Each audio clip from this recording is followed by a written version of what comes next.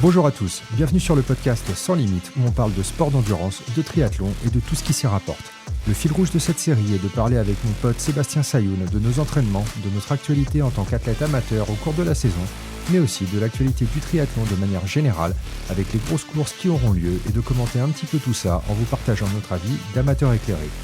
Dans la seconde partie du podcast, on répond aussi à toutes les questions que vous nous avez posées en réponse à nos stories sur Instagram que l'on poste avant chaque épisode en rapport avec le triathlon, que ce soit niveau entraînement, course, nutrition, hydratation, matos, enfin bref, en gros tout ce qui vous intéresse en rapport avec ce sport. On met vraiment beaucoup d'énergie pour vous proposer ces épisodes et en échange, la seule chose qu'on vous demande et qui ne vous coûte absolument rien est de nous laisser une petite note 5 étoiles sur la plateforme que vous utilisez pour nous écouter et un petit commentaire sympa. C'est pas grand chose pour vous, mais pour nous ça nous aide énormément à faire connaître le podcast et donc à le développer pour vous proposer davantage de contenu par la suite. Allez, merci par avance et je vous souhaite une très bonne écoute.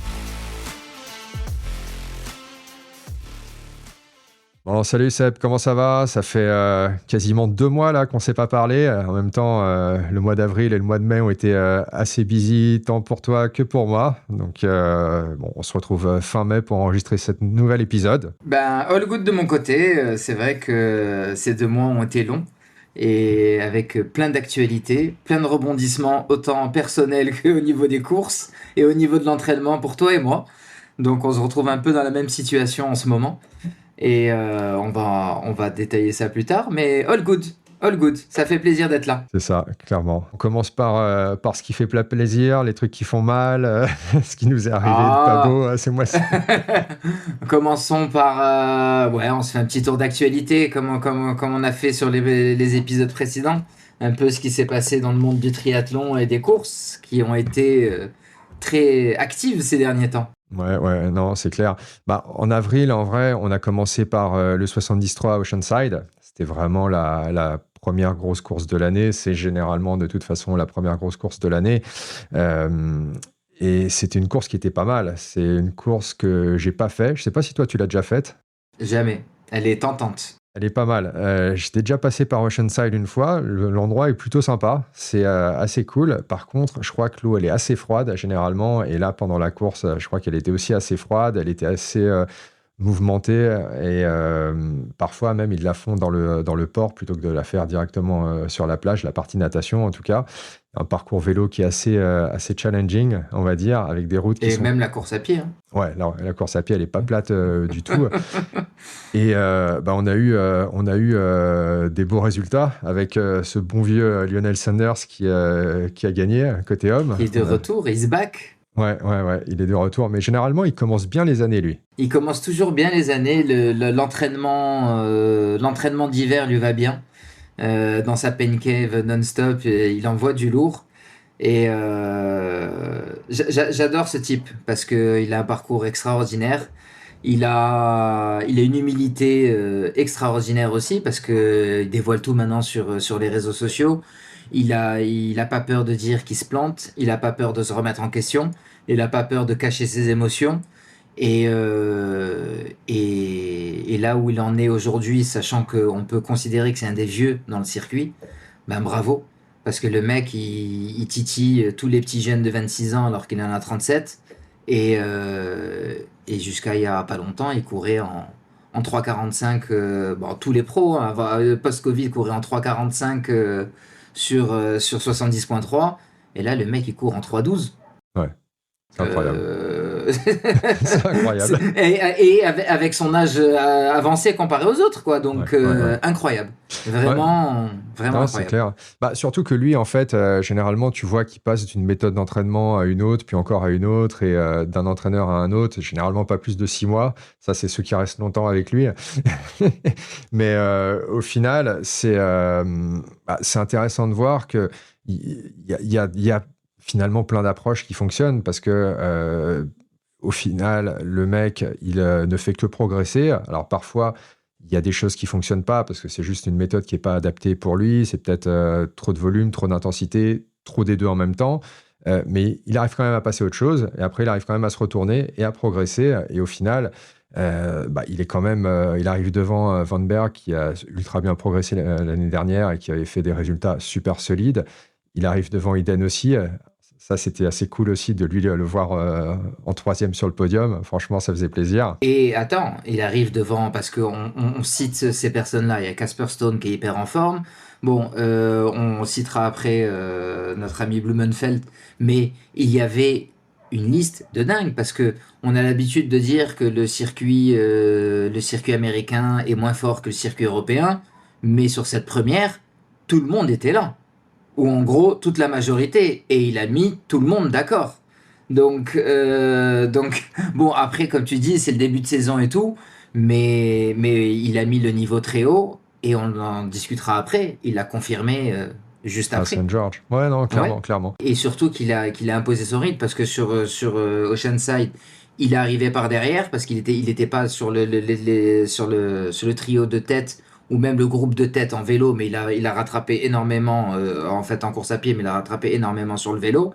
Et quand il les a passés, personne n'a réussi à tenir le rythme. Ouais. C'est vrai que sur Saint-Georges, il a dépassé tout le monde, il a creusé l'écart, et personne n'a réussi à le récupérer. Et qui les autres travaillaient ensemble sur la partie vélo. Donc le gars, c'est vrai que pour revenir sur la façon de s'entraîner, ce que tu disais est vrai. Je pense qu'il n'y a pas une façon de s'entraîner.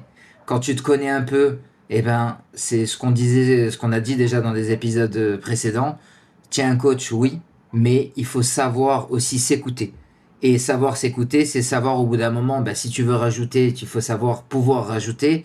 Il faut savoir la typologie d'entraînement qui te convient. Le repos, parce que lui, on parle beaucoup maintenant avec son âge, parce que là, encore sur une vidéo YouTube, il s'entraîne pas plus de 20 heures maintenant. Alors qu'avant, c'est le mec qui en faisait 25-30. Et il fait beaucoup de qualitatifs, et surtout, il se repose énormément pour envoyer du très lourd. Et ce qui est un peu l'inverse de ce qu'on voit de là, avec toutes les vidéos qui sortent, les pros veulent tous faire 28, 30 heures, 32. Ben, ça remet plein de choses en question. Et aussi, sur la nutrition, lui qui a beaucoup de problèmes gastriques, qui essayait de faire du 90, 100, 120, il est revenu sur du 70, 80, 90, pas pour dire oui, c'est ces taux-là qu'il faut, mais écoutez-vous, parce que il ne faut pas forcément recopier ce que font les autres, que même lui a essayé de faire. On a chacun nos capacités et nos dosages. Donc, et on parle d'un pro, ça fait 20 ans qu'il est dans le triathlon. Eh ben, au bout de certains dosages, le corps, il n'accepte pas, quel que soit ton nombre d'années de performance et d'entraînement. Ça aussi, c'est hyper important à comprendre. Non, clairement. Et sur le côté individuel, bah après, bon, l'exemple contraire de ça, on en parlera tout à l'heure peut-être, mais c'est Cameron Worth sur l'Ironman Texas qui pulvérise le vélo et visiblement qui prend 200 grammes par heure sur le vélo, ce qui est juste lunaire. Mais je pense que, enfin, c'est ce que tu disais, c'est un cas isolé. C'est pas pour autant que tout le monde doit faire ça, clairement pas. Et je pense que si la majeure partie des gens, y compris la majeure partie des pros, font ça, je pense qu'il va falloir vite trouver des chiottes sur le vélo parce que ça risque de pas passer comme il faut, quoi. Ah non, ça risque de pas passer comme il faut. Ouais, là on fait une aparté sur la nutrition. Je fais une aparté parce que je lisais un commentaire de Mathieu Blanchard qui a fait une course là il y a quelques jours, qui est donc un grand monsieur du trail, et qui en fait a essayé d'aller sur 100 grammes à l'heure. Et ben en fait, il a eu des problèmes gastriques, et ses courses à l'UTMB où je crois qu'il a gagné, où il était arrivé sur un trio de tête, il était sur du 60 grammes à l'heure. Une autre course, il était sur du 50 grammes à l'heure. Donc tout ça pour dire que l'intensité a un vrai ratio à mettre par rapport au grammage qu'on va prendre. Plus la course elle va être longue, plus on est censé être dans des zones plutôt basses et confortables, moins on va avoir besoin de sucre, ou en tout cas il faut travailler le fat oxydation, mais arrêtons de dire plus c'est mieux. Non, il faut trouver son ratio à soi-même. Ah non, clairement. Donc, non, bah, cool pour lui. Et bon, on en parle dans 2 secondes, mais effectivement, il a confirmé ça sur St. George, donc vraiment pas mal. Donc après, ouais, Van Berg, il était en forme l'année dernière. Là, il confirme qu'il était bien solide aussi cette année. Iden, ça faisait vraiment plaisir de le revoir sur un podium. J'étais un peu dégoûté quand il a commencé à lâcher un peu sur la course à pied. C'était dur, mais c'était bien de le voir devant. C'était vraiment cool. Et après, ouais, il y avait Patrick Lang qui, je crois que 73, c'est pas trop sa distance. Je crois il faut un petit peu plus long. Blue, il a eu un petit problème de roue avant sur la partie vélo, mais il était déjà vraiment en forme parce que sur le vélo, je crois enfin, il avait rattrapé tout le monde en très très très peu de temps. Et s'il n'avait pas eu ce problème-là, je pense que la course aurait eu une tête différente, probablement. Et tu as vu la course à pied qu'il a sortie? Ah, c'est incroyable. Une, 67 minutes, je crois. ouais, une 0,7 sur un parcours vallonné où le mec, et là aussi la force mentale du bonhomme, où le mec il est 15e et il se dit, bon, après il en a rajouté dans son interview en disant, oui, dans le programme il fallait que je fasse ma course, sinon j'allais être en retard par rapport aux autres et par rapport au reste du programme. Mais le mec, sachant qu'il est 15e, il fait une course à pied d'anthologie en 1,07 en explosant tous les scores. Voilà, c'est un vrai champion. C'est le champion et il le démontre encore avec sa rage et de jamais rien abandonner parce que c'est un trait de caractère que beaucoup n'ont pas. Ouais, clairement, clairement. Et vite fait, côté femme, bon, il y avait un petit peu toutes les meilleures, sauf Taylor Knibb, je crois elle était pas là. Mais côté nord-américain, Paula Findlay qui gagne ça. Généralement, elle est assez forte sur les 73 aussi, hein, ultra solide. Donc, c'était pas super étonnant en un sens. Je crois elle avait vraiment mis pas mal d'avance sur la deuxième. Je Et crois que super week-end pour le Canada. super Deux week-end pour le Canadiens Canada. en pole position, hein, C'est ça. c'est quand même énorme, hein. C'était pas mal, c'était pas mal. Et ça, donc, c'était 3 semaines avant l'Ironman Texas, qui était quand même le gros Ironman en début d'année. Il y avait celui en Nouvelle-Zélande, il y avait aussi l'Afrique du Sud, mais c'est pas le même type, disons, de course que Ouais, c'est pas le l'Ironman Texas. lancement de la saison. En C'est tout cas, ça, au niveau Ironman, c'est pas le lancement de la saison. c'est ça. Donc celui-là, du coup, je l'ai vécu un petit peu de l'intérieur aussi. Bon, là, on va rester sur la course pro, mais c'était assez sympa, honnêtement, de voir cette ambiance-là. C'est clairement une grosse course. Il y a une énorme densité, forcément. Tu as l'impression que tout le monde se prépare, en tout cas ceux qui veulent vraiment voilà, être compétitifs pour l'Ironman Pro Series, pour cette première course, en tout cas la distance Ironman. Et clairement, ça n'a pas déçu, quoi. J'ai vu un petit peu lorsque j'allais m'entraîner, les Norvégiens, en fait, quasiment tous les jours, parce que généralement entre 9 et 10 heures le matin, ils allaient nager.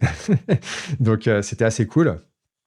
Et après ça, pareil, on voyait des mecs partout. Patrick Lang, je le croisais tout le temps là-bas. Il y en avait tout un tas d'autres, chez les femmes aussi. Et après, même quand tu vas courir, quand tu vas rouler, moi j'ai roulé dedans essentiellement, mais quand tu vas courir, du coup, tu vois quand même pas mal de monde. Et c'est vrai que l'ambiance était assez ouf. Et surtout, le résultat de Blue, énorme, qui pulvérise en fait vraiment tout le monde là-bas. La course à pied, il était juste intouchable.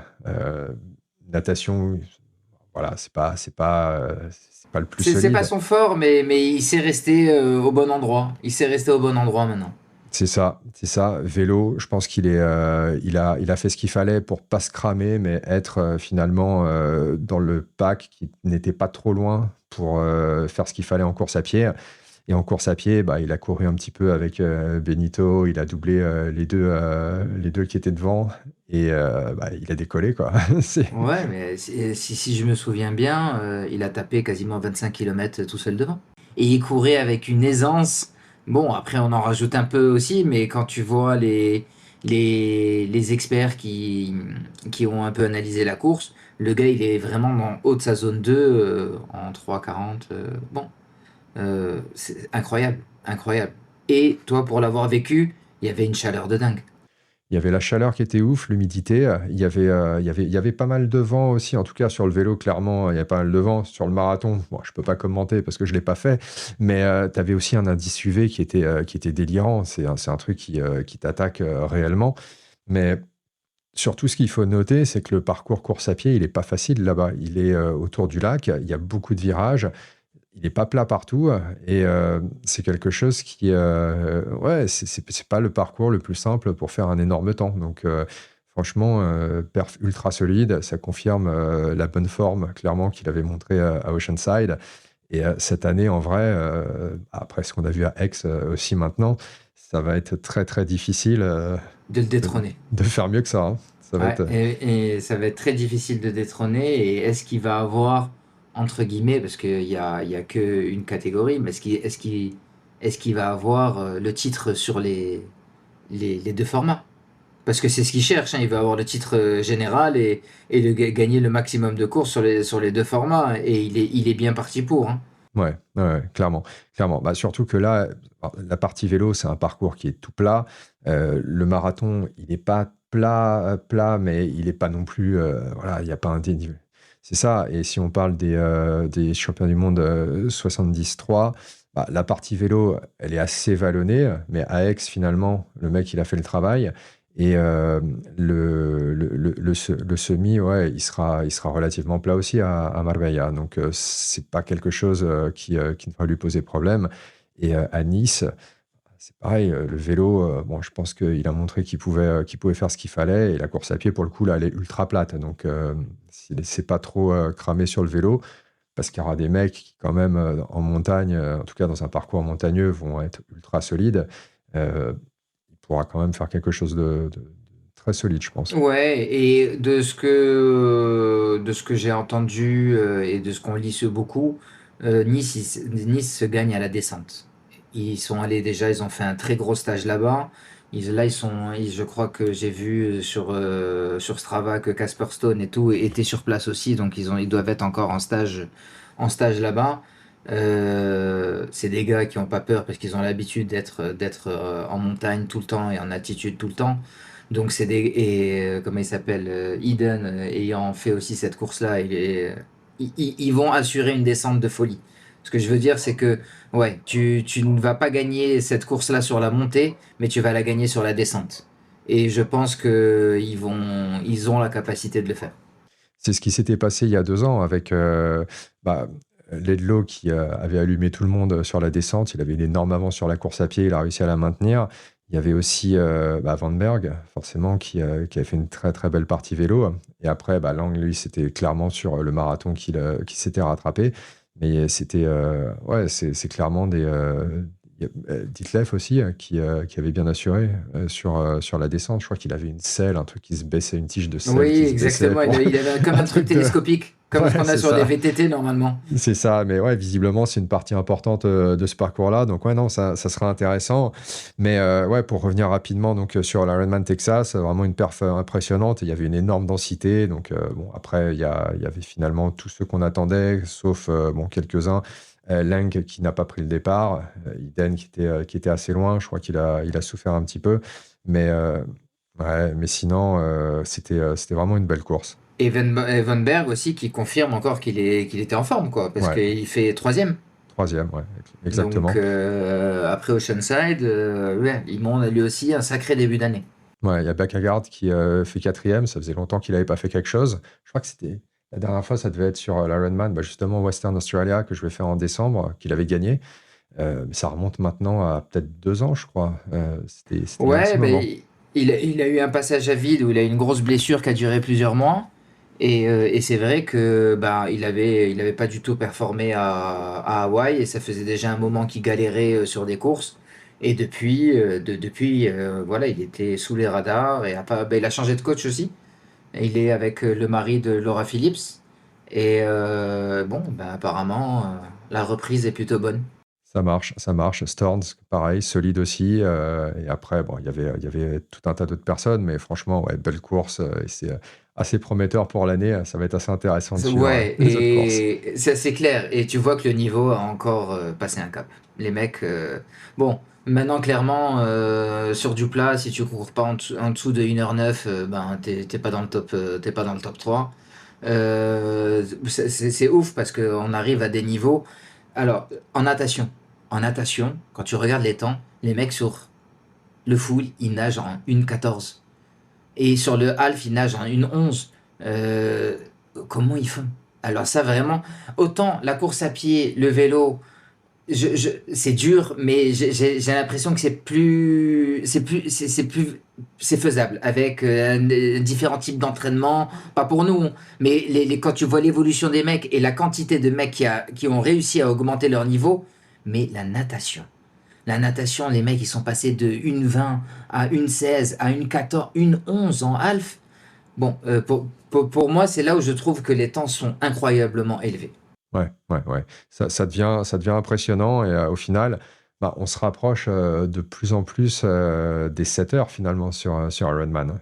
Avant, c'était le truc, vous avez fait sub 7, sub 8, genre il fallait 15 vélos pour drafter Ouais, derrière, il fallait c'est suivre vrai. deux mecs, il fallait le gars qui t'apporte la nutrition sur la course à pied, le pacer et tout. Maintenant, en vrai, dans très peu de temps, alors les femmes, je crois qu'elles sont beaucoup plus proches du sub 8 par rapport à ce que les mecs sont du sub 7.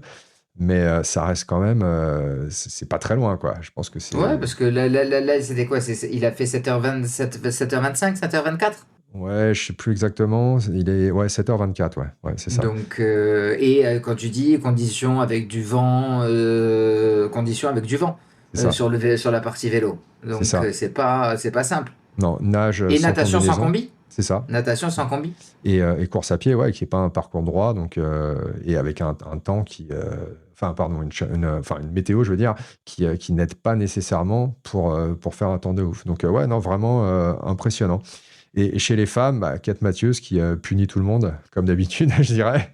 Ça change La pas. reine, c'est la reine. Elle a montré que sur cette distance-là, elle est indétrônable pour le moment. Ouais, non, c'est sa course. Et je pense qu'elle devait être assez contente d'éclater Taylor Knibb, de lui mettre 10 minutes quasiment, parce que c'était, je crois que c'est un peu son némésis. Bah ouais, et on vendait quand même la course à Taylor Nible avant qu'elle l'ait commencé. Donc ça y est, on l'avait mis sur un podium. Bon, c'est vrai qu'en 70,3, elle est juste incroyable. Elle est juste incroyable tout court. Mais c'est vrai que on lui a mis l'étiquette de vainqueur sur le full avant qu'elle ait commencé. Et on a commencé à parler du match avec Kate Matthews en défaveur de Kate Matthews avant qu'il se fasse. Donc, je peux comprendre que Kate Matthews ait été content du résultat. Non, non, c'est clair. Bah, après, honnêtement, finalement, je crois que c'est son deuxième Ironman seulement, son full. Elle avait fait Kona et elle a fait celui-là. C'est Bah, beau résultat, quoi. Bon ouais, c'est résultat. clair.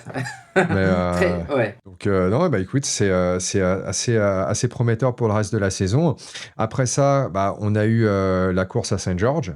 Je crois que c'était vraiment l'autre course aux States en début de saison qui était assez cool. Donc ce qu'on disait tout à l'heure, pareil avec Sanders qui bah, confirme un petit peu ce qu'il avait montré sur Oceanside. Donc ça, franchement, c'était cool. Et alors là, pour le coup, sur un parcours qui enfin, Oceanside, il est clairement pas plat. Saint George, c'est un autre niveau. C'est beaucoup plus challenging, je pense, beaucoup plus hilly. Et, euh, et franchement, quand il a décollé en vélo, bah, c'était assez impressionnant parce qu'en fait, les mecs, il les a juste déposés et il est parti. Aussi simple que ça.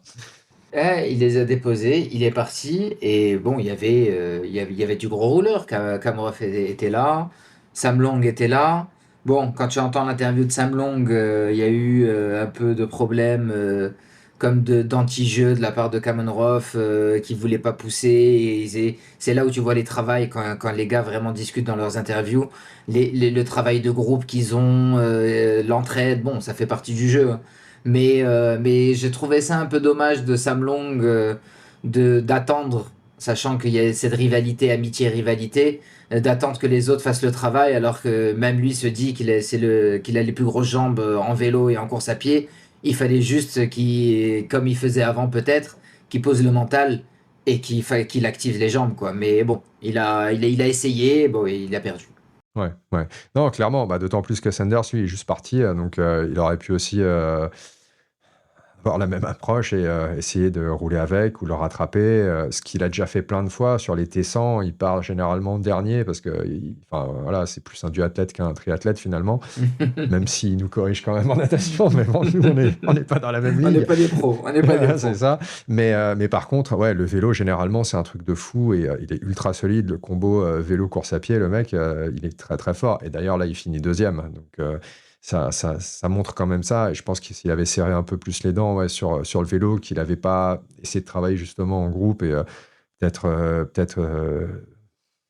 ouais, pris un peu plus Un peu plus un- de risques. de Un risque, peu ouais. plus de risques, ouais, parce qu'au bout d'un moment, c'est que du risque, hein. C'est de pas en faire trop sur le vélo pour pouvoir tenir la cape, sachant que pour lui, il part de plus loin derrière en natation. Parce que Sanders, autant il a fait des très gros progrès, même si il reste derrière dans les packs, et spécialement cette course-là, il est resté dans le second pack, donc il disait que c'était vraiment la meilleure natte de sa vie en plus. Et Sam Long, lui, bien qu'il ait fait beaucoup de travail, il reste encore sur un troisième pack, il reste encore derrière. Et c'est vrai que n'empêche, mine de rien, il a fait un gros travail parce qu'il finit, il finit deuxième à 2 minutes derrière Sanders. Ah, il est pas Donc c'est loin. vraiment, ça aurait été beau de voir de prendre ce risque-là. On aurait peut-être ouais, on aurait vu un coude à coude, sûrement. Ouais, non, c'est clair, c'est clair. Tu l'avais fait, toi, la course là-bas pour le full ou le 73? Bah, j'avais fait les championnats du monde. D'accord. On se J'avais connaît fait pas, les on se championnats du connaissait pas monde. à cette époque-là. Mais... Ouais, qui était une très belle course. Et c'est là où je te rends compte, parce que tu le vois pas vraiment à la télé, mais cette montée qui est hyper longue, Le quand tu Snow fais le tour. Canyon? Ouais, et non, non, mais même en course à pied, tu sais, cette Ah longue oui, oui, montée oui. où tu passes par le golf et qu'après il y a cette descente où la montée, si tu arrives à finir à 4 kilos, c'est énorme. Et la descente, tu peux descendre à 3,30, mais sur les 2 km et demi, tu plus de jambes après. Et après, tu as le plat, et c'est vrai qu'elle est pas simple du tout aussi. Elle est vraiment pas simple du tout. La partie vélo, je l'avais adoré. Le canyon, oui, la dernière montée est assez exigeante, mais le spot est juste incroyable. J'avais trouvé ça extraordinaire. C'est magnifique. Les roches, ouais, le paysage, c'est vraiment. En vrai, c'est une des courses que. Ça me convient pas le parcours, mais c'est un des cadres que j'ai adoré. Et une des courses finalement que, avec l'ambiance, le lieu. Les routes, elles sont dingues, elles sont lisses, elles sont super larges. Quand tu descends de Snow Canyon, tu te retrouves facile à 70, 75 sur les barres. Il y avait une énorme route, personne devant toi. Et franchement, Ouais, et ça, c'est surtout, tu as cette confiance de cette énorme route où tu te poses pas la question, oui, il va avoir un virage et tout. La route est tellement grande que même s'il y a un virage, tu as le temps de faire ta courbe. C'est incroyable. c'est Incroyable. ça, c'est ça. Bah, tiens, à un moment, on avait fait avec Tristan, tu sais, de la chaîne Iron Human, on était allé faire une petite reco avant les championnats du monde 73 et on avait eu en fait une sorte de tempête qui s'est levée juste à ce moment-là, quoi. Donc ça a commencé je crois qu'il pleuvait même, mais surtout le vent, un truc de malade. Genre, il a fallu qu'on descende du vélo et on se disait, bon, bah, on va descendre soit à pied, soit on va faire du stop ou quoi. Genre, c'était vraiment impossible. J'ai jamais vu ça, quoi. Tu avais un vent hallucinant dans cette descente-là. Ah ouais? C'était pas pour la course, mais Mais franchement, je me souviens pas, je me souviens pas d'avoir eu un épisode comme ça là-bas, parce que j'avais passé la semaine aussi avant la course, et je me souviens plus d'un épisode comme ça je sais pendant plus la semaine. quel moment c'était, mais ouais, c'était une après-midi, ça s'était couvert d'un coup et attends, on n'était pas bien, on était un peu en PLS là sur le bord de la route. Bon. Mais bon, mais sur cette course-là, ouais, c'était franchement assez cool à voir. Et chez les femmes, bah, pareil, Paula Finlay qui confirme un petit peu ce qu'elle avait fait à Oceanside. Et après, bah, c'est un peu les mêmes, c'est un peu les, bah, je les connais pas tous, mais les nord-américaines, t'as Danielle Lewis, Jackie Herring que tu vois tout le temps, et après tout un tas d'autres personnes que je ne sais pas, je ne les connais Ouais, pas on les connaît finalement, mais pas. Ouais, ouais, on c'est les vrai. voit pas vraiment sur d'autres courses que aux States. Mais pareil, enfin, clairement, Finlay qui domine vraiment le truc aussi, très très très solide. Et bah, du coup, c'est un peu dommage aussi parce que c'est la dernière fois que ça se fait là-bas, cette Ouais, course-là. c'est vrai. Et c'était un peu tout le monde allait là-bas, un peu comme un mémorial de cette course qui ne va plus jamais se refaire et que apparemment, même au niveau des pros, tout le monde adorait. Ouais, ouais, Tout le monde franchement. adorait. Je sais pas si ça reviendra un jour. En même temps, là, ils ont été. Enfin, si c'est comme Hawaï, je ne sais pas si c'est la raison, mais Hawaï, pour les championnats du monde, où les locaux, ils en avaient peut-être un peu marre que ce soit un peu trop le bordel. Trop souvent, visiblement, 2 fois par an, enfin, en tout cas, 2 jours sur un an, c'était trop Ouais, pour eux. c'était 2 jours. Mais je ne sais pas si à Saint George, ça a à voir avec ça, ou c'est juste le contrat qu'ils avaient avec la ville ou quoi, qui venait à terme. Aucune idée. Ouais, aucune idée. C'est vrai que ça a surpris tout le monde parce que même quand à un moment il y avait cette discussion de est-ce que Hawaï va être enlevé, les gens parlaient de Saint-Georges parce que il y avait cette course que tout le monde aimait, il y avait cette organisation qui s'est toujours bien passée, la ville a toujours été hyper accueillante et ça restait aux États-Unis et donc Saint-Georges était un peu pressenti comme un possible successeur, ouais, Ouais, ouais, successeur. ouais. Ouais, ouais, ouais, mais Et en fait, non, pas du tout. Et c'est vrai que tout le monde a été surpris. Oui, ça doit sûrement venir de la population qui, au bout d'un moment, en ras le bol. C'est vrai que nous, de notre côté, on comprend pas. Mais quand tu as 3000 bonhommes qui viennent au milieu des routes, au milieu des parcs, euh, de l'autre côté, on se dit, ouais, c'est cool, ça amène de l'ambiance, ça amène économiquement des choses. Après, les gens, tu viens les déranger dans leur quotidien et ils se disent, bon, bah, en fait, nous, économiquement, on voit pas autant que ça. Et en fait, ils viennent juste nous casser la tête. c'est ça, c'est ça. Et tout le monde est un peu égoïste et égoïste. Tout le monde un peu défend son petit chez-soi et c'est dommage. C'est clair, c'est clair. Mais d'ailleurs, en parlant de ça, un truc qu'on a appris, je crois que c'était en avril, par rapport au championnat du monde pour les prochaines années. On en avait parlé dans un ancien épisode. Je crois que c'était le premier. On nous avait posé la question, qu'est-ce que vous en pensez de Nice et tout. Là, en vrai, magique, quoi. C'est fantastique. Un retour à Kona sur un jour, hommes et femmes, c'est parfait, ça. C'est Ouais. parfait. Par contre, la particularité, c'était avoir 3000 personnes. Les deux compris.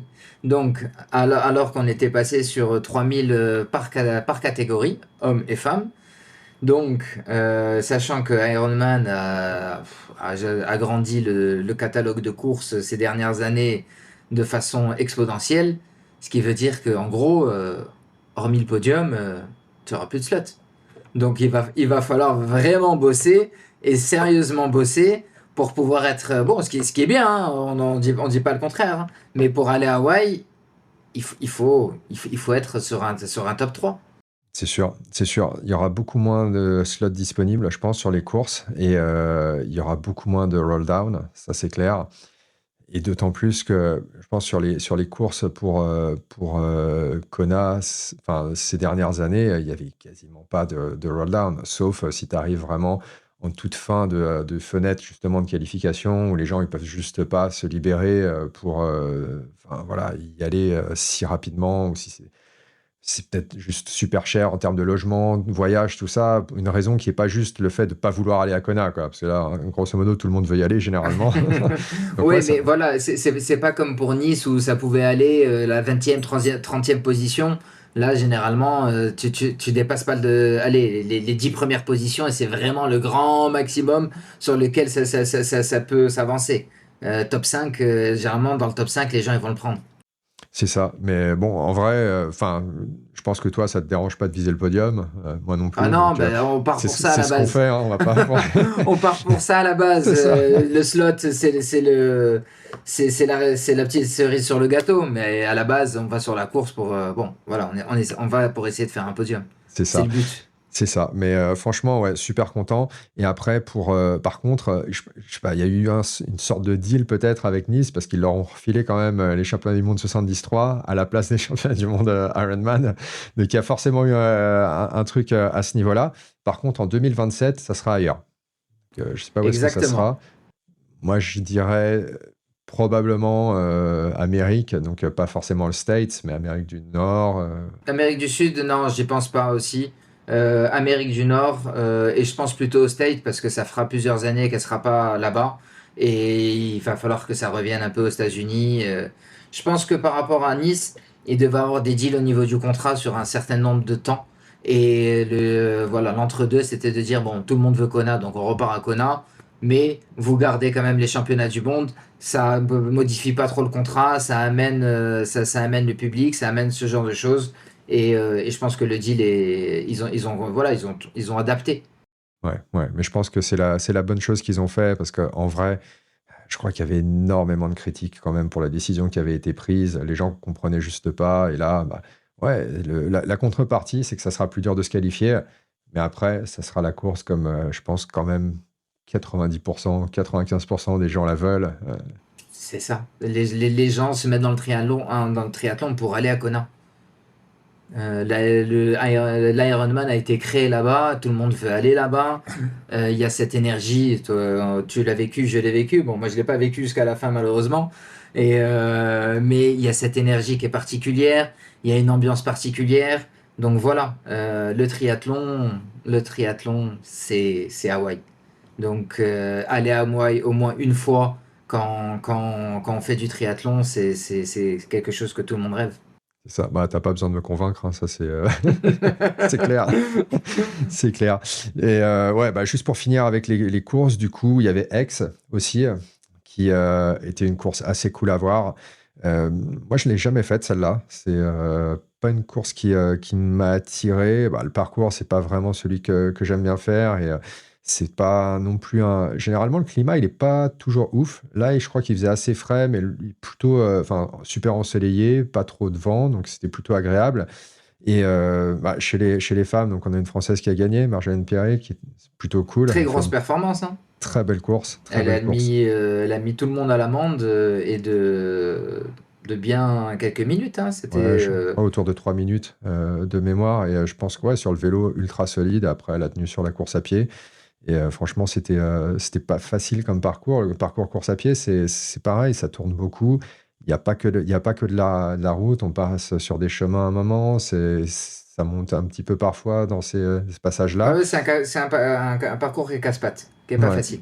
vraiment pas facile. Et après, ouais, non, bon, il y avait quand même pas mal de densité. Et je pense elle a bien fait pour tirer son épingle du jeu sur cette course-là.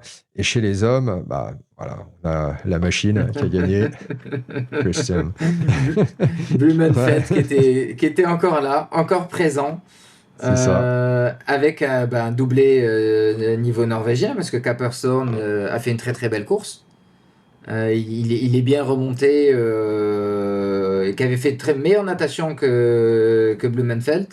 Sur le vélo, qui à un moment a lâché un peu vers la fin, et qui est remonté sur la course à pied. Il est arrivé, il s'est calé derrière. Ce qui est marrant, c'est toujours les commentateurs en vont chacun de leurs prévisions en disant qu'il est fatigué, qu'il va pas réussir. Et en fait, le mec, il s'économisait juste, et quand il a décidé de passer la deuxième, il n'y avait plus personne, quoi. Ouais, ouais, ouais. Non, c'est clair. Et surtout, bah, il y avait, ouais, en fait, je crois il courait avec le Français qui arrivait troisième, c'était Vien de mémoire.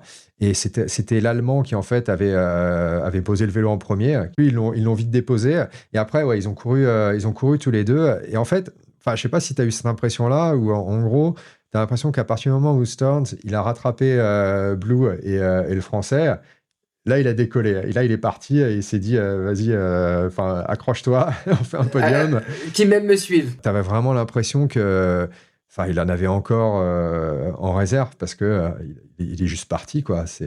Ouais, ouais. Pendant la course, les commentateurs disaient ouais, est-ce qu'on voit pas tout de suite le reste du Texas, parce que c'était 3 semaines avant ou un truc comme ça, ou voilà, ça y est, il va pas pouvoir gagner. Bon, c'était au 9e kilomètre, et je crois qu'au 14e kilomètre, il a décidé parce que c'était 3 laps, et au dernier lap, il a dit ça y est, j'avance. Et en fait, c'est là où tu vois, quand il démarre, Capperstone, il a du mal à le suivre. Il met un bon 800 mètres avant de réagir, et de pouvoir essayer de recoller un peu, où il n'arrive pas totalement à recoller non plus. Mais c'est là où.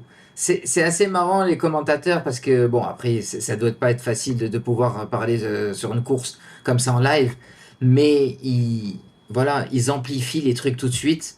Ils balancent alors, tu sais, en fait, tu balances une information, comme tu es journaliste, il faut faire du buzz. Tu balances une information, et 2 minutes après, tu reviens sur ton information, et ils inventent des théories. alors que le mec, il a juste une stratégie de course où il était derrière un autre, comme il l'avait fait à Tokyo quand il avait gagné. Il reste derrière le deuxième, en fait, il s'abrite et il garde le rythme et il lui met la pression. Et quand lui décide qu'il faut y aller, le mec, ça y est, juste il a décidé à ce moment-là. Bon, Incroyable. Ouais. quel mental de dingue. Ouais, ouais, ouais. Mais je te rejoins. Et en fait, tu vois là vraiment la différence. Après, bon, je veux dire, c'est un peu enfoncer une porte ouverte parce que tout le monde sait que les commentaires sur Iron Man, c'est un peu de la merde, on va pas se mentir. C'est pas ouf. Mais c'est souvent quand tu as voilà, des trucs comme ça où tu te dis, tu vois la différence avec le Tessan, où tu as des gars, tu vois, comme Frodeno, des gens qui. Enfin voilà, ils sont quand même plus solides. Après, sur Iron Man, tu as ce mec-là, Greg Welch, qui commente, et je pense que c'était lui qui avait dit ça. Lui, c'est un peu relou quoi, quand il commente, parce qu'il y a plein de Ouais, trucs parce comme ça où ça n'a pas de sens. Quoi. disons que, bon, voilà, avec Frodoneo, bon, en même temps, on est sur un autre niveau, mais il y a l'expertise, il a de la retenue, il sait que le match peut changer à n'importe quel moment, et il en fait pas trop, il est juste dans sa façon de parler. L'autre, c'est avec, comme j'ai l'impression, un commentateur de foot ou de cyclisme, il faut qu'il envoie de la parole. Bon, bah, quand tu veux envoyer du volume, tu dis forcément beaucoup de conneries. Non, non, c'est clair, c'est clair. Mais bon, après, bah, voilà, c'est mieux que rien. Mais parfois, enfin, je sais pas, des fois, c'est peut-être mieux de rien avoir que d'avoir ce genre de commentaires-là. Mais en tout cas, ouais, au niveau de la retransmission, c'est un petit peu mieux. Clairement, on est loin du T100. On est très, très, très loin. Mais bon, après, c'est quand même mieux que rien. C'est quand même cool de pouvoir suivre les courses comme ça, quoi. Mais ouais, non, très belle course. Et franchement, ouais, Blue encore impressionnant sur cette course-là. Et hâte de le voir. Je crois que c'est Francfort, sa prochaine course. Exact. Parce que ça va Bah, donner. il veut garder son trône.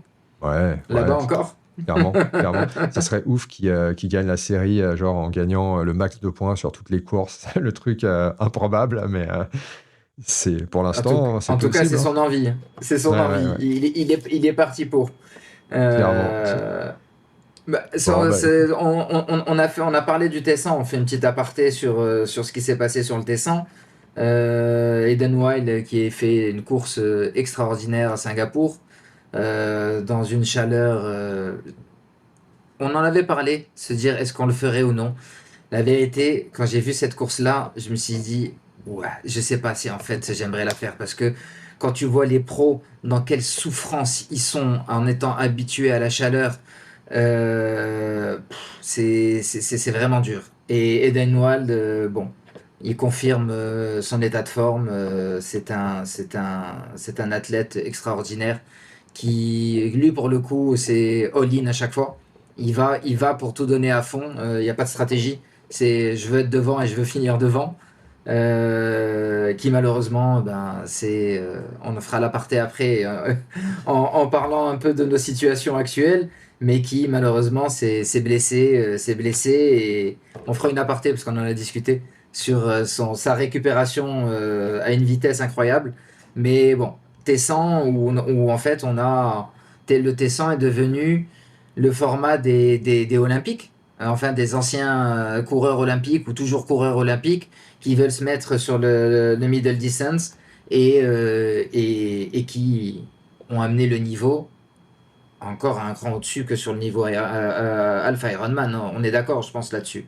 Ah non, clairement, clairement. Le niveau, il est impressionnant.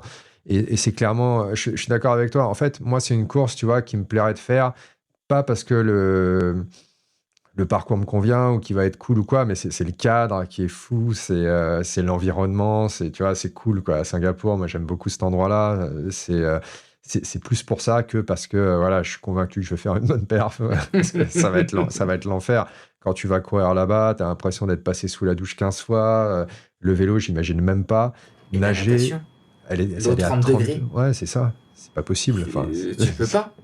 Déjà, tu rentres dans l'eau, tu transpires. Alors essayer de nager en mode performance, tu suffoques.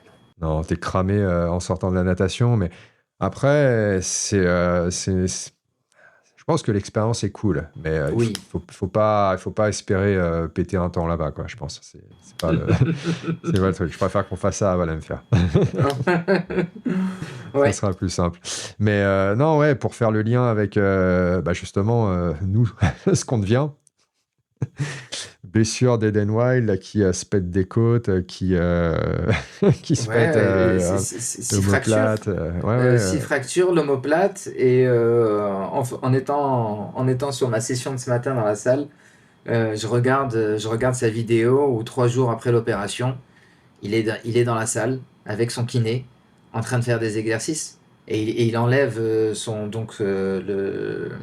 je de sais pas truc comment là on pour appelle, tenir son bras. Là, ouais, pour tenir le bras, et tu le vois, il prend un balai et il fait déjà des mouvements, il tient avec son bon bras, il tient le balai et il lève l'autre bras, ils sont avec des élastiques 3 jours après l'opération, et c'est là où tu vois la différence entre la médecine conventionnelle et la médecine sportive, où les gars, ils te disent tout de suite, jamais tu t'arrêtes.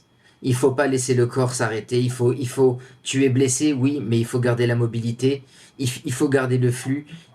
Il faut tout de suite retravailler. Et bon, sûrement en étant très très bien suivi, parce qu'il faut pas faire n'importe quoi. Mais les gars, ils perdent pas de temps. C'est incroyable. Non, non, c'est exactement ça.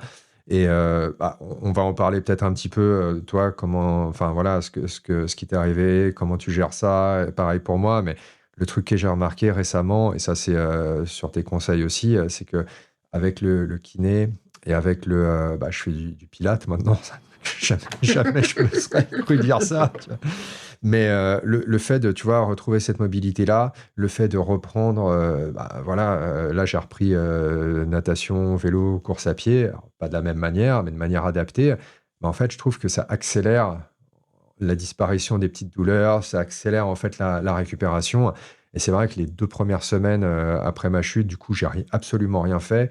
Et c'est vraiment là où c'était le plus. Alors, c'est difficile à dire quelle était la cause ou la conséquence, parce que c'est frais après la chute, après avoir pété un peu de matériel, mais en même temps, est-ce que le fait de justement ne rien faire, ça contribue pas à entretenir un peu, tu vois, cet état-là, déjà dans la tête, c'est pas ouf, et le fait de pas du tout travailler la mobilité, de vraiment laisser le corps voilà, totalement sans activité. Je pense qu'en fait, la bonne solution, c'est comme tu disais et comme lui fait, reprendre quelque chose qui n'est pas du tout traumatisant pour le corps, qui fait juste te fait faire des mouvements qui ne vont pas te mettre de stress sur cette région-là, mais qui vont quand même garder une certaine activité. Et ça, c'est beaucoup plus utile, je trouve, et une bien meilleure approche que juste comme te recommande en fait le médecin lambda, parce que forcément, le mec ne va jamais vouloir prendre de risques et c'est pas quelqu'un qui te suit au quotidien. Et c'est sûrement pas des spécialistes dans la médecine sportive. Il va juste te dire, vas-y, tu te poses, tu bouges plus pendant 8 semaines et, et après tu verras. Sauf que si tu fais ça, je sais pas dans quel état tu te retrouves après, quoi. Ouais, et tu sais, bon, on va épiloguer un peu, mais je vais résumer. Il y a une phrase que j'ai entendue il y a pas longtemps, et pour moi, elle explique tout et elle dit tout. La maladie la maladie de nos jours, c'est la sédentarité. Et c'est la grosse maladie. Et c'est la maladie qu'on combat pas. Les gens, ils arrêtent de travailler après 62 ans, ils s'assoient sur un canapé, 15 ans après, ils sont finis. Et ça commence à dégringoler. Euh, Notre corps, l'humain, dans sa petite histoire de temps comparée à l'échelle de la Terre, on n'a jamais été assis sur un canapé. On est là pour bouger. On était là pour aller chercher à manger. On était là pour trouver un abri. On a toujours bougé. Et notre corps n'est pas fait pour être sédentaire. Et donc, ça, c'est la première maladie. Quand tu es sédentaire, tu ne bouges pas. Ton corps ne bouge pas. Il n'y a rien qui s'active. Et pour peu que tu sois blessé, ou eh ben, tu as plein de toxines qui est là, si tu ne bouges pas, tu élimines pas tes toxines. Donc, le pire truc, c'est de s'arrêter. Et je pense que les pros le montrent, la nouvelle médecine le montre, pas la médecine conventionnelle, mais les nouvelles médecines le montrent. Et il faut pas s'arrêter. Il faut pas s'arrêter. Et pendant toute notre vie, en fait, tu comprends que bouger, c'est la vie. Ça fait circuler ton corps, ça fait circuler ton énergie, et c'est la base de tout. C'est la base de tout. Quand t'as pas vraiment de connaissances voilà, en médecine ou autre, et moi je prétends pas en avoir, tu vas, tu vas faire ce genre. Ouais, mais tu fais ce genre d'examen, on te montre les photos, tu fais tu vois, un tac, scan ou autre, tu vois ce que t'as, et on te dit, bon, bah, tu bouges plus, quoi. Et tu te dis, bah, c'est difficile, c'est un peu difficile de se dire, bon, en fait, je vais quand même, je vais quand même y aller parce que, surtout quand t'as pas eu l'expérience avant, tu sais pas trop, tu vois, t'as pas envie d'aggraver le truc. En même temps, tu sais, t'as quand même envie d'essayer de bouger un minimum, mais dès que tu bouges, c'est peut-être pas les bons mouvements, donc ça te fait mal. Et je sais que quand j'étais allé voir le kiné après, il m'avait dit, ouais, attends quand même un peu avant de reprendre aussi. Donc même tu vois, lui qui est plus spécialisé dans le mouvement du corps, te calme un peu. Et c'est vrai que c'est difficile de quand même aller contre ça. Et je pense que c'est très, très ancré que voilà, tu te fais mal, tu fais plus rien, tu attends que ça passe et quand ça fait plus mal, tu recommences un petit peu. Mais en fait, tu aurais pu accélérer ça, ne pas redescendre si bas, probablement, et repartir beaucoup plus rapidement aussi. Donc, Ah ouais, non, mais je suis entièrement d'accord avec toi. Et on se fie aux gens qui sont censés être des spécialistes. Mais ok, peut-être que ce sont des spécialistes, mais c'est des spécialistes dans un domaine spécifique. Et ils sont allés à l'école il y a 30 ans. Donc, entre-temps, ça a évolué. Et les mecs ne peuvent pas se mettre à la page sur tout. Ils vont peut-être se mettre à la page sur les nouveaux systèmes cardiaques, des choses beaucoup plus importantes que sur une médecine générale ou des nouvelles variantes de quel est le nouveau bien-être, en fait. Et moi, je sais que ça m'était arrivé, cette réflexion-là, après Hawaï, ou 15 jours après, 15 jours, 3 semaines après mon accident. J'étais encore sur place, en famille, et j'ai commencé, je t'avais dit quand on s'était parlé au téléphone, je suis allé dans une salle de sport et j'ai commencé à marcher et à bouger parce que je devenais fou de l'intérieur. Et je m'étais fait cette réflexion plusieurs fois. En fait, quand je commence à tomber malade, au bout de 2 jours, je sais pas si j'ai une grippe, au bout de 2 jours, quand je sens que le gros truc est passé, j'ai besoin d'aller faire du sport. Je ressens ce truc et à chaque fois, je vais me mettre dans la salle et je recommence par un vélo doucement, une longue marche ou un truc comme ça. Et c'est vrai que tu élimines beaucoup plus facilement tes toxines parce que sans aller dans la fatigue, tu peux pas faire une grosse session parce que là c'est contre-productif. Mais le fait de pouvoir faire circuler ton énergie, euh, tu élimines, tu te détoxifies beaucoup plus vite. Et ça c'est mon expérience, mais après quand tu te renseignes, bon, bah, j'ai confirmé ça, mais c'est en gros, c'est la même chose. Quand tu te blesses, au bout d'un moment, si tu restes à rien faire, eh ben, je vais pas dire que tu pourris de l'intérieur, mais ouais, genre, tu c'est. t'enracines. Ouais. Tu t'enracines. Et c'est pas ça qu'il faut. Non, clairement pas. Mais alors, du coup, toi, tu avais eu cette chute à Hawaï. Forcément, ça s'était pas ultra bien passé. Mais depuis, tu peux peut-être juste voilà, en 2 secondes, une petite update, où est-ce que tu en es? Parce que je comprends que tout s'est pas remis encore. Alors, depuis la chute à Hawaï, bon, ça avait duré allez, un petit mois en tout. Le temps de revenir au Maroc et passer les fêtes. Pendant les fêtes, j'avais repris l'entraînement. C'était pas waouh encore, mais j'avais pu reprendre l'entraînement et à partir de début janvier, j'avais repris l'entraînement sérieusement. Tout s'est bien passé jusqu'à ben, début avril, où j'avais vraiment progressé. J'avais fait un gros focus sur la course à pied, gros course à pied et vélo aussi, mais surtout en course à pied où j'avais vraiment progressé. Et je me suis fait, on va dire ça, un lamago, en allant courir sur un petit run easy. J'ai pas vu un petit trou, gros coup d'électricité dans le dos. Et là, 2 jours après, en fait, sur un gros run, un point qui m'arrive sur le bas du dos. Euh, et à partir de là, bah, ça fait 7 semaines maintenant, je cours toujours pas. Donc, je suis allé voir le kiné, j'ai fait scanner, j'ai fait échographie pour voir si c'était pas musculaire, si c'était pas une fracture de fatigue, donc ostéo, tout ça. Donc ce qui est clair, c'est que après mon accident à Hawaï, j'ai pas fait ce que je t'avais conseillé tout de suite, d'aller voir un kiné, un ostéo. Moi, je suis reparti comme un bourrin dans l'entraînement. Et ben forcément, le corps est pas aligné, il y a des décalages, ce qui est normal, mais avec le volume d'entraînement qu'on fait, au bout d'un moment, eh ben, ce décalage crée une compensation. Et cette compensation, après 4 mois, eh ben, il suffit qu'à un moment, ton corps, que tu sois fatigué, que ton corps soit pas bien aligné. Et ben là, en fait, voilà, c'est mon corps qui s'est mis en restriction. Il m'a dit là, ça va pas. Et depuis, je cours pas. Donc très frustrant. J'arrive à faire du vélo, j'arrive à nager sans problème, mais toujours pas de course à pied. Je croise les doigts pour enfin y arriver ce week-end parce que là j'ai plus de douleur, donc j'avais des marqueurs que quand je me mettais sur un pied pour pouvoir mettre ma chaussette, et ben j'avais une pointe au bas du dos qui voilà, ouais, c'est comme si j'avais un pic, qu'on venait avec une aiguille et qu'on me piquait. Dès que j'essayais de courir, j'arrivais pas. Et bon, j'ai forcé quand même. J'ai forcé pour essayer, peut-être ce qui n'a pas amélioré. Au bout d'un moment, faut pas aussi, faut pas être trop bourrin. J'ai tendance à pouvoir à être bourrin. Bon, c'est ce qui nous amène aussi à un certain niveau. C'est au bout d'un moment savoir poser le cerveau et pousser. Bon, des fois, c'est contre-productif.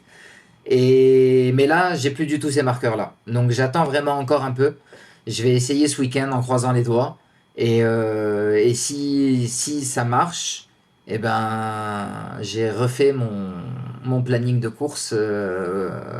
Peut-être qu'on en discutera après. Donc, la deuxième partie de saison va être, par contre, assez intensive, disons. J'ai l'impression que finalement, le bon de ce genre de blessure-là, et c'est ce que tu as eu à Hawaï, c'est 3 semaines vraiment off, tu as le corps qui se repose vraiment en profondeur, et quand tu repars, tu as une énergie qui est décuplée, tu es reposé comme jamais, et c'est vrai que ça repart, je trouve, assez vite. Il faut se remettre au niveau du cardio, parce que je crois que ça c'est ce qui prend vraiment le plus, mais en termes de puissance, musculairement, on perd pas tant que ça finalement, si rapidement, je trouve. Mais, mais après, ouais, comme tu dis, je pense que c'est. Il y avait aussi Manu de Pyrène qui m'avait conseillé. Lui, c'est un ancien rugbyman. Et je crois qu'il a eu quand même plusieurs fois des côtes pétées, des trucs pétés. Du coup, il m'avait dit, comme tu m'as dit, le premier truc à faire, c'est vas-y, va chez le kiné parce que c'est kiné, ostéo, c'est indispensable. Et c'est vrai que ça. Puis ça rassure aussi en un sens, tu vois, de ne pas juste recommencer comme ça, de mettre en place voilà, un petit peu des checks de temps en temps. Je ne suis pas retourné depuis, mais c'est quelque chose que je vais refaire également à intervalles réguliers. Mais ouais, non, c'est important. Mais en tout cas, là, c'est cool que ça se remette. Mais du coup, ouais, cette semaine, c'est quand même long, quoi. Cette C'est semaine, c'est long. c'est Je pas suis rien. passé par des phases où mentalement c'est dur. Mentalement c'est dur parce que t'essayes, tu forces. Bon, ce qui était bon, et heureusement, le vélo, la course à pied, le vélo et la natation, j'ai pas de douleur. Donc c'est vrai que je me suis fait 5 semaines à plus de 12 heures de vélo. Donc ça en pain cave, hein, donc Ça va aller c'est vite, pas ça. la même. C'est pas la même, mais ouais, du coup, ça m'a permis de bien gagner là-dessus, ça c'est vrai. La natation aussi, j'ai essayé de reprendre un bon rythme parce que j'avais un peu lâché. Et des fois, tu vois, des fois, les choses tombent bien. Niveau taf, il y a beaucoup de choses qui se passent en ce moment. Et ne pas avoir un sport de plus, eh ben, des fois, te permet d'avoir bon, ben, forcément, le taf tu y es, mais ne pas avoir une fatigue supplémentaire pour pouvoir assurer et avoir cette capacité mentale d'encaisser. Parce que c'est vrai que quand tu fais les trois sports, il y a des moments où t'es pas bien, il y a des moments où t'es fatigué, et du coup, ben, ça tombe bien parce que ce troisième sport, je l'ai remplacé par le boulot, et c'est tout, mine de rien, tu vois, on dit que les choses n'arrivent jamais sans raison. Bon, ben, si, c'est une bonne raison, parce qu'au taf, il fallait être là, ça m'a permis de pouvoir avancer sur beaucoup de choses que j'aurais sûrement fait, mais avec moins de facilité.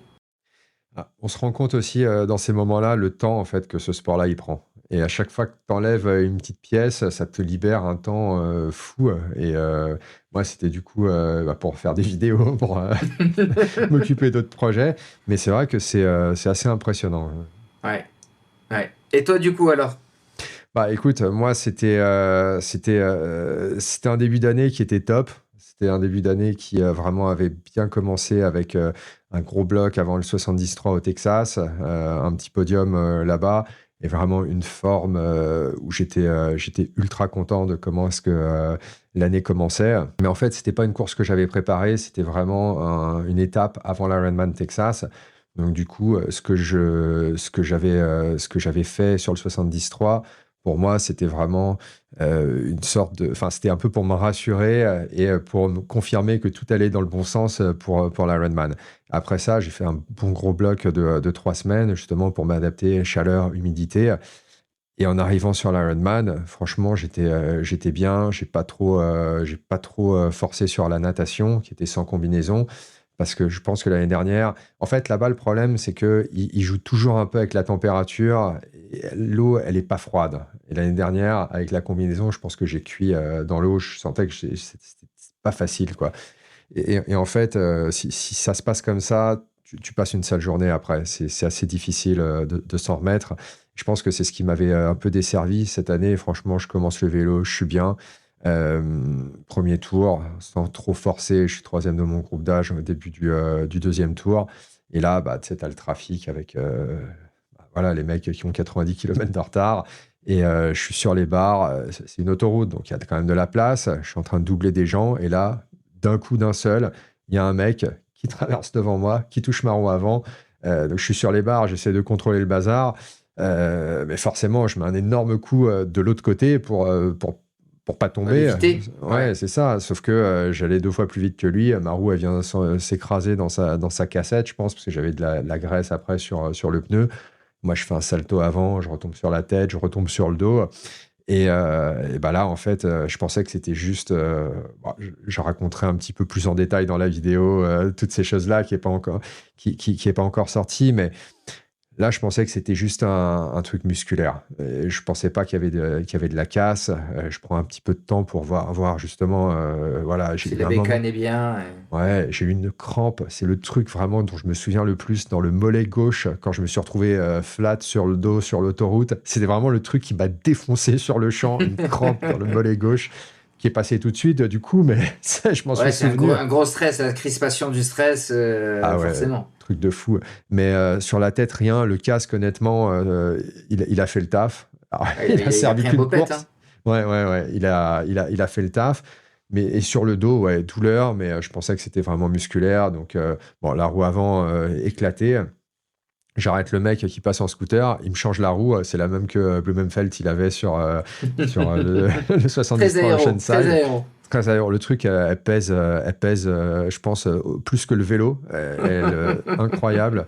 C'est un truc en aluminium, mais bon, ça fait le taf. Et à ce moment-là, en fait, je décide de repartir, sauf que, en vrai, quand j'essaie de me mettre sur les barres, c'est impossible. Ça me défonce vraiment au niveau du dos. Donc, je finis les 70 km voilà, sur le cintre. J'arrive à la T2, je pose le vélo, je suis dégoûté. Bon, de toute façon, j'aurais pas pu courir parce que déjà, j'arrivais plus à marcher comme il fallait. Et bah voilà, un DNF.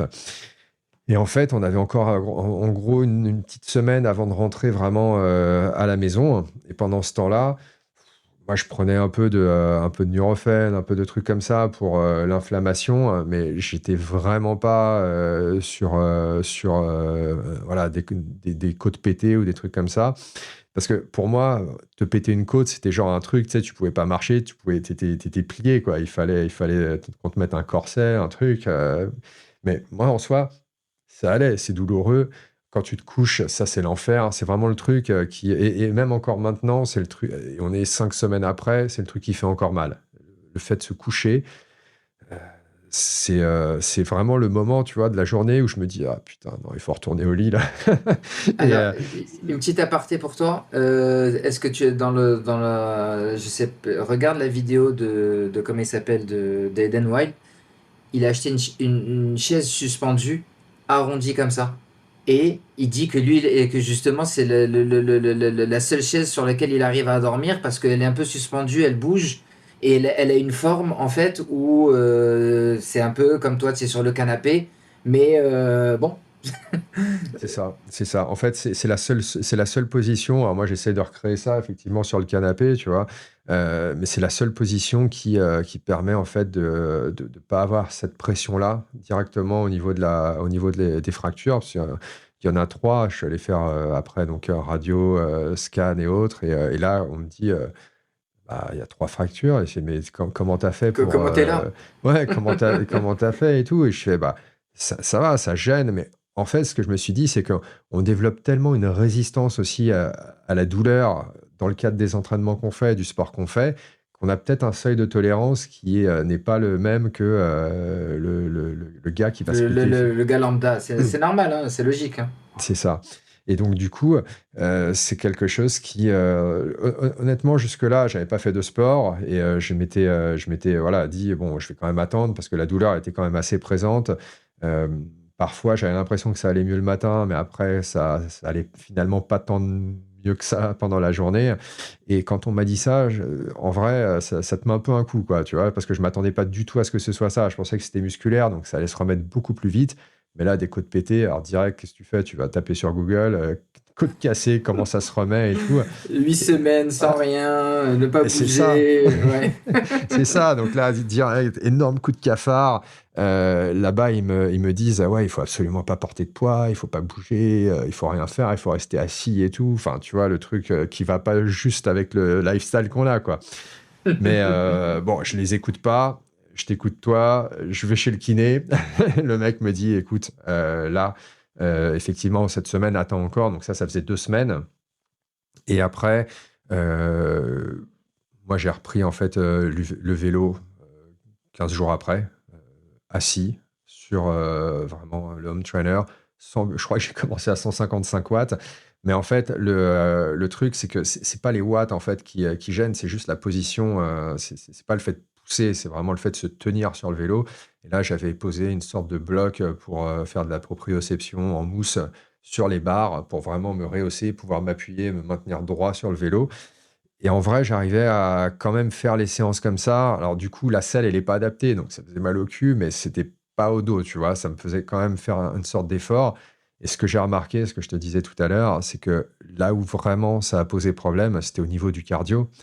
Parce qu'avec une séance où j'ai, je sais pas, 160 watts de moyenne sur 1 heure, je me retrouve avec un cardio où normalement enfin, je fais plus que du tempo, tu vois, sur 3 heures, hein. C'est un truc, tu te dis, Mais dis-toi que en plus de la particularité de la blessure, ok, tu es sur les côtes. Les côtes, c'est le diaphragme.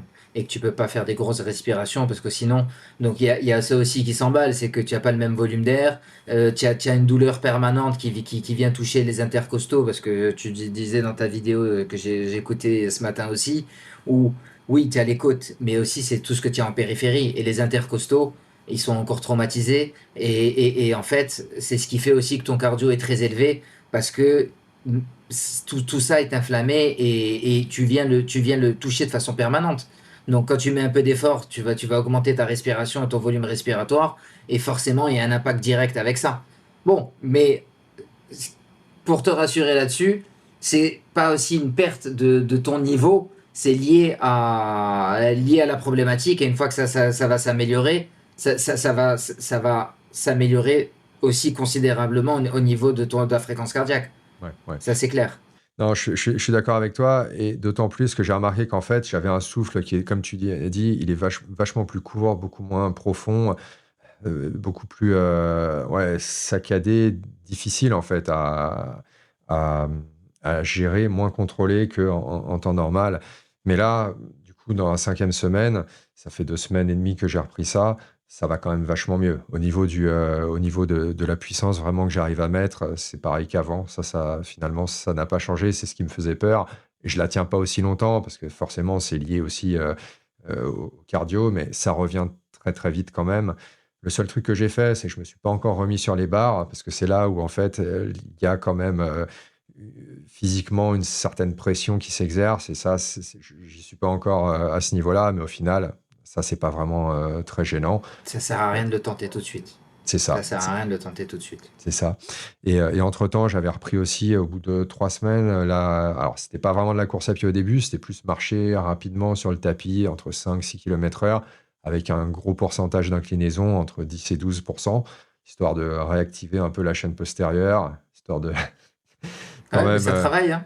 Ça ça travaille quand travaille même. beaucoup. Ça travaille beaucoup, en fait. Et alors, pour le coup, c'est pareil. Il y a pas mal de gens qui ont commenté sous les vidéos, qui m'ont envoyé des messages. Ils me disaient, tu vas faire des trucs que tu n'as pas l'habitude de faire, en fait. Et c'est plutôt bien parce que ça peut peut-être débloquer d'autres choses. Ça peut te faire envisager, dans le cadre de tes entraînements, quelque chose de différent auquel tu n'avais pas pensé en temps normal, et qui là, bah, tu vas tester, et ça va te plaire, et ça va te faire progresser encore plus. Et clairement, ça, c'est vrai que c'est au final chiant de marcher comme ça sur un tapis avec cette inclinaison-là, mais c'est un truc qu'on peut faire, par exemple, tu vois, pendant un call ou c'est quelque chose que tu peux caler beaucoup plus facilement qu'une sortie de vélo, qu'une sortie en course à pied, qu'aller à la piscine, et c'est complémentaire aussi. Ouais. Et tu vas activer des muscles, tu vois, comme tu dis, quand tu fais du 10, 12%, 15%, tu actives une chaîne postérieure que tu vas jamais courir, sauf quand tu es un trailer, tu vas jamais courir avec des pourcentages comme ça. Donc tu vas forcément, au niveau de l'adaptation tendineuse, articulaire, tu as toujours des petits gains. Donc c'est vrai que quand tu te blesses, tu découvres de nouvelles choses que tu ne ferais jamais en temps normal. Et là, je veux rebondir sur ce que tu disais tout à l'heure, le Pilate, et ce que tu disais dans ta vidéo. C'est vrai, alors allez, on met les deux pieds dedans. Les a priori à la con, ouais, le Pilate, c'est des trucs des gonzesses. Ouais, mais putain, les gonzesses, elles ont un muscle profond et elles arrivent à tenir des mouvements en contraction. Toi, en 30 secondes, t'as les jambes qui tremblent, tu arrêtes tout de suite, et les nanas, elles restent 5 minutes comme ça. Et toi, tu te vois avec tes gros muscles, tu dis, ah ouais, non, mais moi, non, oh, Coco, elles ont des muscles profonds beaucoup plus développés et beaucoup plus résistants que nous. Et ça, tu vois, quand je t'écoutais ce matin, je me suis dit, oui, il faut qu'on en parle, parce que on a des a priori sur beaucoup de choses. Eh ben, le Pilate, j'en ai jamais vraiment fait, mais on fait des trucs un peu similaires et tout. Ben, si tu peux avoir le temps de le faire, tu n'auras qu'un gain supplémentaire parce que on est dans un sport où on est en gainage tout le temps. Plus tu vas réussir à gainer, aussi bien sur la course à pied que sur le vélo, que sur la natation, où tu as cette transmission de puissance entre le haut et le bas, ou dans la natation ou dans le vélo, il faut arrêter de bouger, donc il faut gainer le tronc. Euh, Tu as une transmission de puissance enfin, on a une perdition de transmission. Eh ben, le Pilate peut te faire gagner ça.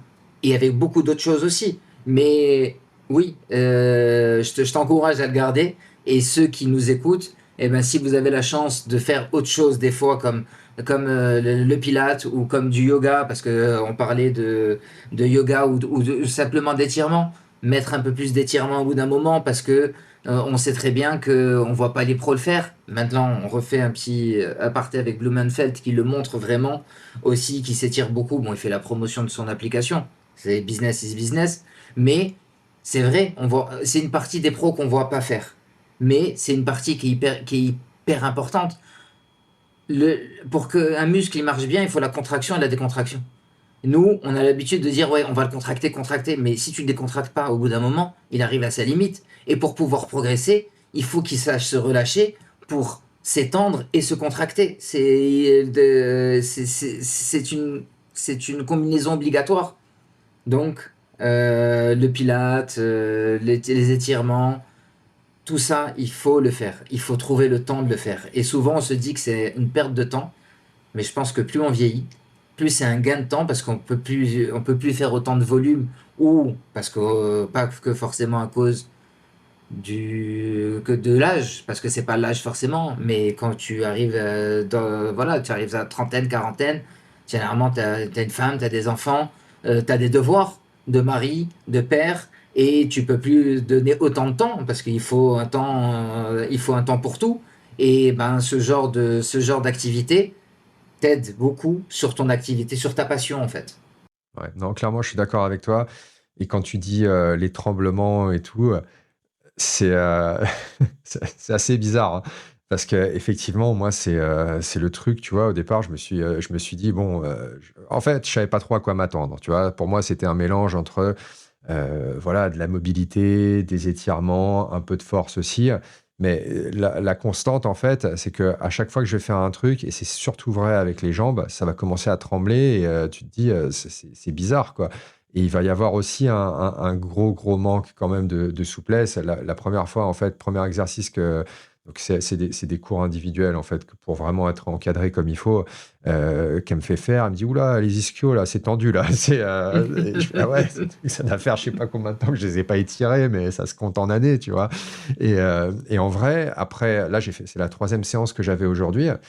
Bah, tu vois quand même des progrès déjà en termes alors ça tremble toujours, mais c'est un petit peu plus tard. Et en termes d'étirement, bon là, je suis pas non plus super super souple, ça va prendre beaucoup de temps, mais c'est déjà moins grave que la dernière fois, elle me dit, vas-y, tu t'assois sur le truc, t'es sur la machine, en fait, tu as une sorte de barre fixe à un moment. Elle dit, tu mets tes pieds dessus, tu l'attrapes, et là, tu essayes de tendre tes jambes. Mais en fait, moi, quand j'avais mis mes pieds dessus et je l'avais attrapé, je pouvais plus bouger parce que je n'avais pas la capacité de tendre les jambes, tu vois. Donc c'était assez marrant et en fait ça te permet effectivement quand même, je pense, de gagner dans ta pratique en tant que triathlète. Et si j'arrive en fait à caler 2 heures par semaine, parce que je pense qu'une heure c'est pas assez, 2 heures par semaine ça me paraît bien. Pour la suite, c'est quelque chose que j'avais pas mal de réserves après la première séance parce que j'avais pas l'impression d'avoir travaillé, mais en même temps, c'était assez proche encore de mon accident. Et du coup, bah, comme ils travaillent avec le kiné que je vais voir, ils avaient vraiment pris en compte ce dont j'avais besoin, les limites que j'avais. Et du coup, c'est vraiment adapté pour voilà, me remettre en selle assez rapidement. Et là, depuis, bah, on a rajouté davantage d'amplitude dans les étirements, dans les mouvements, davantage de force aussi. Et c'est vrai que c'est quelque chose, quand je rentre, les jambes, elles ont pris cher quand même, hein. C'est pas si différent d'une grosse séance à vélo ou une bonne séance en course à pied quand t'as poussé. Alors que t'es Ouais. juste, t'as passé une heure sur une machine comme ça à faire des trucs bizarres avec tes jambes, tu vois. Mais et tu disais, ça peut nous aider pour notre passion, mais en fait, c'est juste, ça peut nous aider pour les autres et pour nous aussi plus tard. C'est juste pour le bien-être total. Parce que on bouge d'une certaine façon sur nos trois sports qui est à peu près la même, tu vois, c'est assez linéaire. Alors que là, tu vas pouvoir bouger d'une façon où tu vas tordre ton corps, tu vas bouger, tu vas pas être que dans la continuité, tu vas être sur un transverse comme ça. Et par rapport à des gens lambda qui font pas de sport, ça te permet de bouger, en fait, comme je disais tout à l'heure, faire circuler tout ce que tu as dans le corps, ton énergie, ton sang, aller dans des endroits où quand tu restes posé sur le canapé, y a rien qui se passe. Il va plus aux extrémités. Donc oui, c'est important. C'est Ouais. important. Non, c'est clair. Et du coup, dernier truc, bah, hier, j'ai repris en fait la natation. Et là, je pense, le truc qui va être un petit peu plus difficile parce que il y a cette rotation, il y a le reach, un peu aller chercher loin devant. Et là, clairement, ça active vraiment cette zone-là. Il y a un gros gainage qui se fait, il y a une extension qui se fait. Et après, bah, il faut mettre de la force nécessairement, même si ça reste quand même un sport technique. Au bout d'un moment, tu es obligé de pousser aussi si tu veux avancer. Et là, j'ai beaucoup en fait utilisé les palmes. J'ai utilisé aussi un snorkel pendant toute la séance, histoire d'éviter de faire des rotations.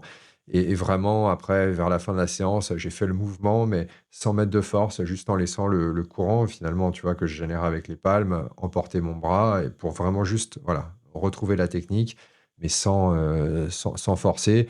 Je sentais que ça tirait un petit peu, mais rien de dramatique. Donc, je pense que ça va dans le bon sens. Et en fait, je vais y aller progressivement. Et je pense que c'est la même. Je suis persuadé que tu vas me dire la même chose. Mais la clé aussi, euh, au-delà de voilà, aller voir un kiné, un ostéo, euh, faire les choses petit à petit, c'est vraiment la progressivité. C'est ne pas vouloir revenir trop vite, trop fort, prendre son mal en patience, y aller petit à petit, réintroduire peu à peu les choses qui vont avoir le moins d'impact et au fur et à mesure que les choses se remettent en place, à rajouter des briques pour revenir au fur et à mesure voilà, à un entraînement qui est complet, sans forcément avoir le volume et l'intensité. Et après, bouger les curseurs pour remonter un petit peu le volume, un petit peu l'intensité, et écouter surtout son corps pour voilà, ne pas revenir en arrière en créant. Comme tu as dit, recréer une base solide. Une base solide. Parce que sinon, le retour en arrière est pire encore. Aussi bien mentalement que physiquement. C'est ça, c'est ça. Donc du coup, bon, on en est là, hâte de voir un petit peu comment la suite de la saison va se dérouler, mais ça va dans le bon sens pour toi, ça a l'air d'aller dans le bon sens pour moi, donc c'est plutôt cool. Et tu disais tout à l'heure, du coup, que tu avais retravaillé un petit peu le planning. Si tout va bien, et on croise les doigts pour que tout aille bien, j'enchaîne Tessan Londres le 10 août, Tessan French Riviera le 31 août. J'ai vu ce matin, on voulait faire Valencia, mais il est que pour les pros. Ah, ils le font pas pour les... Ils l'ont ouvert que pour les pros. Ça va pas Donc, bouger ça.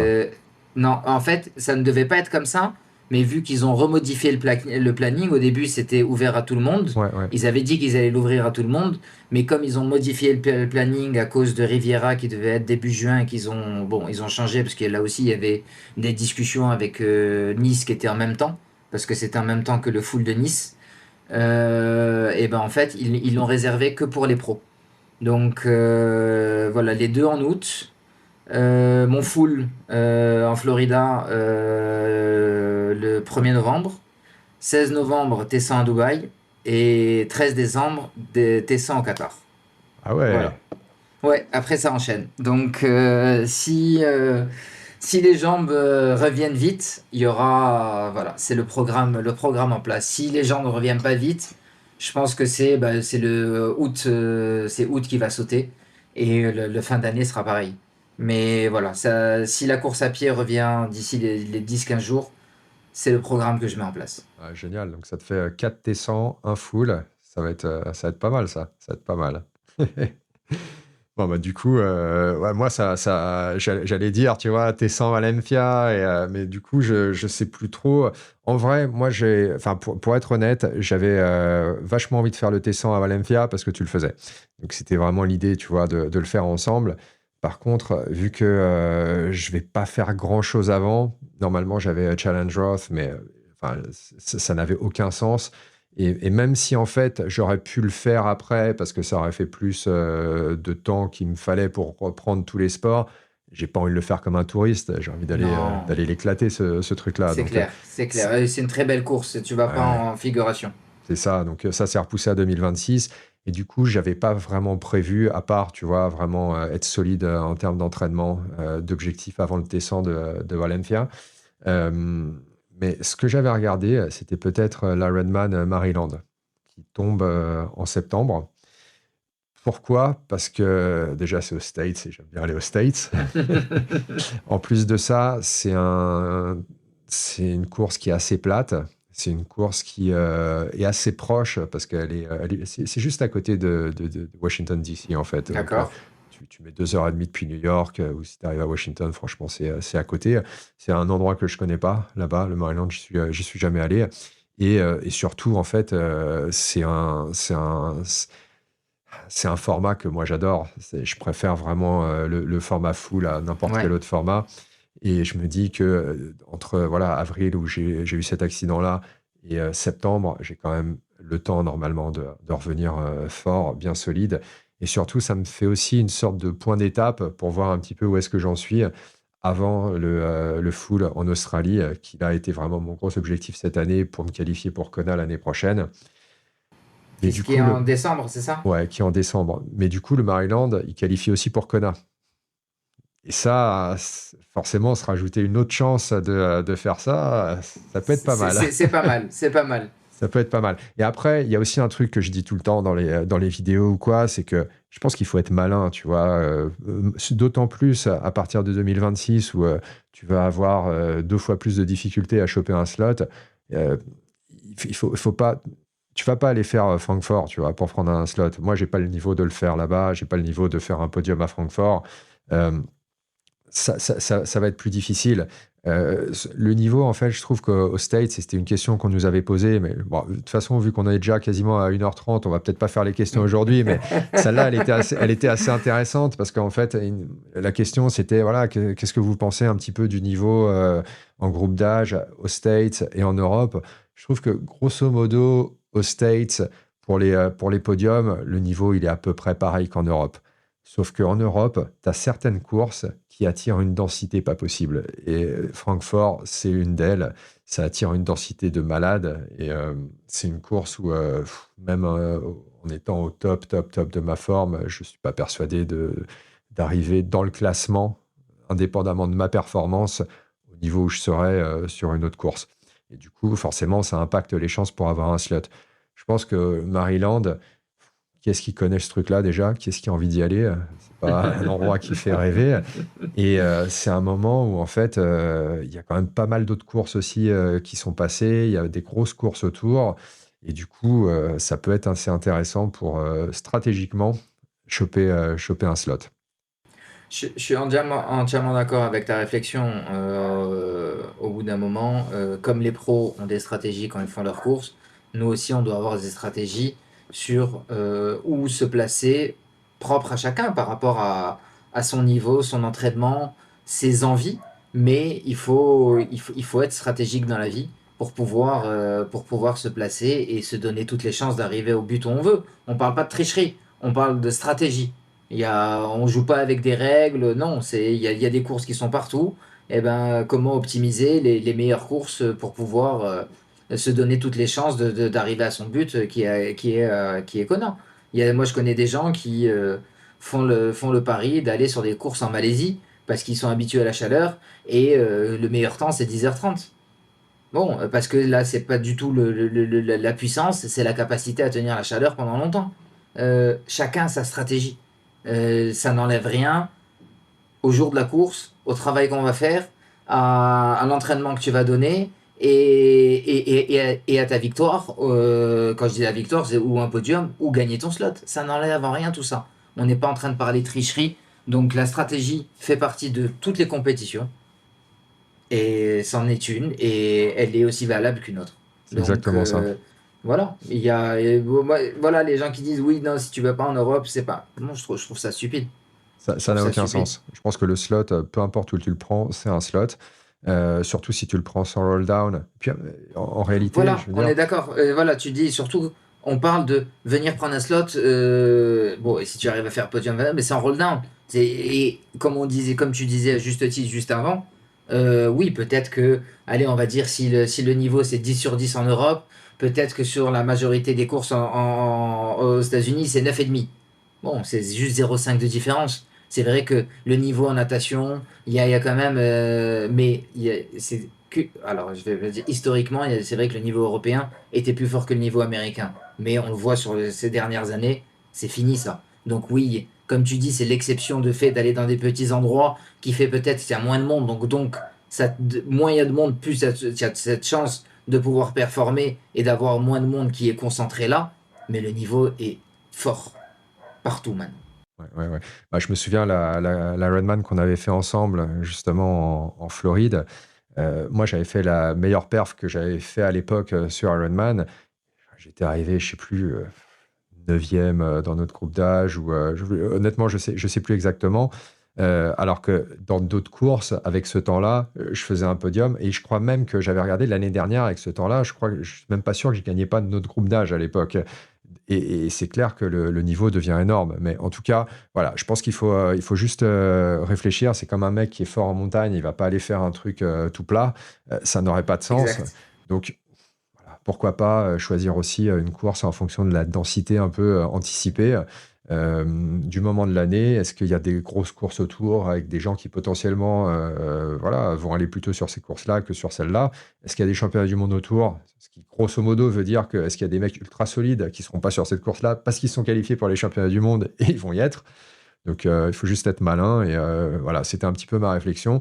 Mais c'est vrai que cette année, avec ce qui s'est passé, je me voyais davantage si voilà, le T100 n'était pas une option. Et là, clairement, bah, du coup, ça ne l'est plus. Ouais, c'est bien. Ça te laisse le temps de récupérer et si tu as pas ton slot, de corriger pour mieux performer. Et de toute façon, même si tu as ton slot, ça n'empêche pas d'aller faire une course pour faire un podium. C'est ça. Donc, du coup, ouais, ça va être une saison très chargée pour toi en deuxième partie, moins chargée pour moi.